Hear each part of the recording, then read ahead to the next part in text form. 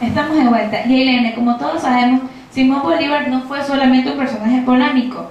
En su vida también hubo amor, así como lo fue la ecuatoriana Manuela Sáenz. También estuvo concentrado buscando independencia en las naciones sudamericanas por el poderío monárquico español. ¿Qué les parece si vemos la segunda parte de la biografía de Simón Bolívar? Horas después, se produce la firma del Acta de Independencia.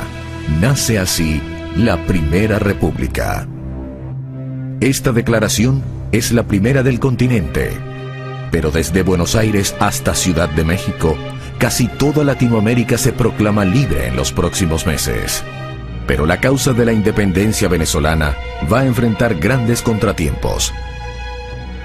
En marzo de 1812, un terremoto devasta Caracas y le da argumentos al clero y a los partidarios de la monarquía para hablar de un castigo del cielo por desconocer el mandato divino del rey español.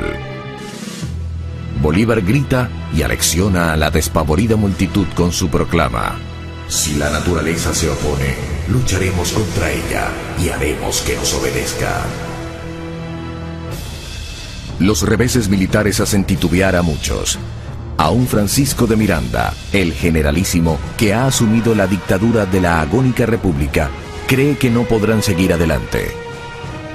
Bolívar, el orador fulminante y febril, ocupa la comandancia de la guarnición de Puerto Cabello, que el 30 de junio de 1812 se amotina en su contra y se pasa a las fuerzas del jefe realista Domingo Monteverde. Bolívar ha debutado militarmente con un terrible fracaso a cuestas. Pero entonces ratifica con los hechos lo que proclaman sus palabras. Lejos de aceptar la derrota, jura que va a seguir hasta el fin. Es un hombre de solo 29 años, pero ya tiene claro cuál será su destino. Por eso no duda en detener al generalísimo Francisco de Miranda, quien ha capitulado frente a Monteverde. Capitulación que ellos interpretan como una traición. Bolívar desconoce su rendición y prosigue la lucha. La resistencia de Bolívar comienza ocultándose en Caracas, en la casa de su amigo el marqués de Casa de León. En agosto de 1812 logra salir de La Guaira, gracias a la gestión de su amigo, y va rumbo a Curazao. De allí parte a Cartagena.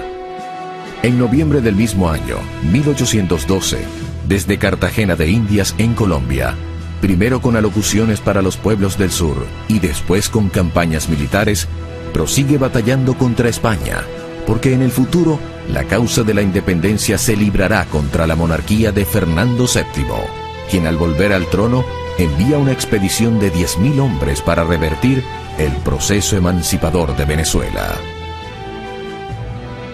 Aunque derrotado en Venezuela, Bolívar no se ha rendido y desde Colombia, entre diciembre de 1812 y febrero de 1813, desarrolla una vigorosa arremetida que le lleva a liberar varios pueblos de Magdalena, Barranca, Tenerife, Mompox, el Banco de Magdalena, Ocaña, hasta Cúcuta, en la frontera con el Táchira de Venezuela. Con respaldo de la Confederación Independiente de Nueva Granada, el 10 de marzo de 1813 invade a Venezuela por San Antonio del Táchira, iniciando la célebre campaña Admirable, que en pocos meses lo llevará de triunfo en triunfo hasta Caracas. Con un ejercicio sorprendente de la audacia, la optimización de sus escasos recursos y notables hazañas militares, va de Cúcuta a Mérida, donde por primera vez lo aclaman como libertador. De allí a Trujillo, luego a Guanare, Barinas, Araure y Valencia, hasta llegar a Caracas en octubre del mismo año. Al impulso de semejantes proezas militares, se instala la Segunda República Libre de Venezuela. El 15 de junio de ese mismo año, 1813, mientras avanzaba la campaña Admirable, había dictado su célebre decreto de guerra a muerte. Españoles y canarios, contad con la muerte, aun siendo indiferentes, si no obráis activamente en obsequio de la libertad de América. Americanos, contad con la vida, aun cuando seáis culpables. Ha lanzado este ultimátum para obligar a cada quien a tomar posición. Con ello quiere crear una conciencia de unidad nacional entre los venezolanos y obligar a los comerciantes españoles a respaldar la causa independentista. Es que un modesto comerciante de origen español, José Tomás Boves, se ha levantado como líder de los negros y mulatos y encabeza la reacción bárbara y brutal a favor de la monarquía española. Corren los terribles meses de la Guerra Cruel, 1813 y 1814. Boves, el psicópata de excepcional arrojo, caudillo natural de los llaneros, va demoliendo con terribles masacres la fortaleza de los patriotas. Bolívar y su Segunda República van ahora de derrota en derrota. El estadista colombiano Camilo Torres reconoce y enaltece su paradoja. Sois un militar en desgracia, pero también un gran hombre. Para entonces, Bolívar actuaba institucionalmente como mandatario de la Confederación de Nueva Granada, que lo asciende a general de división y le encarga la campaña para someter a la rebelde provincia de Cundinamarca.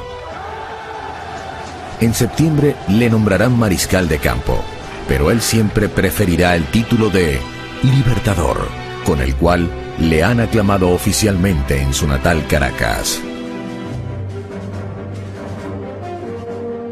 El año de 1814 escenifica grandes victorias y terribles derrotas para la causa de Bolívar. El 12 de febrero de 1814, José Félix Rivas, tío político del Libertador, se cubre de gloria al armar un ejército apuntalado por jóvenes estudiantes. Y con ese ejército logra derrotar al mismísimo José Tomás Boves, quien en julio siguiente, comandando una arremetida realista, obliga a retirar más de 20.000 personas desde Caracas hacia Oriente, en la vía hacia Río Chico y Barcelona. Bolívar coordina la emigración de Oriente, que a pesar de su gran número de víctimas, salva a numerosas familias de la ferocidad de Boves. El destino produce una rara jugada. En la batalla de Úrica, de diciembre de 1814, los ejércitos libertadores son aniquilados, pero el gran caudillo popular de los españoles, José Tomás Boves, muere en una operación heroica dirigida por Pedro Saraza.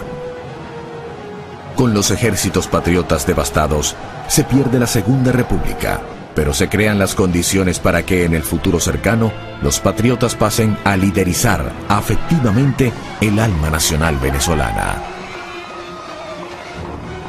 Los reveses militares lo arrojan nuevamente al exilio. De Carúpano va a Cartagena, de allí a Pamplona, luego a Tunja. Explica al Congreso de Colombia los pormenores de la guerra, de allí a Honda y Ocaña. En Colombia tiene aliados y detractores. Finalmente, en mayo de 1815, llega a Jamaica, y allí tiene la oportunidad de analizar por escrito, con brillantez notable, las causas del fracaso y los retos para el futuro. Es la célebre Carta de Jamaica, donde aboga por la unidad para lograr la libertad. La América está encontrada entre sí, porque se halla abandonada de todas las naciones, aislada en medio del universo, sin relaciones diplomáticas ni auxilios militares, y combatida por la España, que posee más elementos para la guerra que cuantos nosotros furtivamente podemos adquirir. Personaje versátil.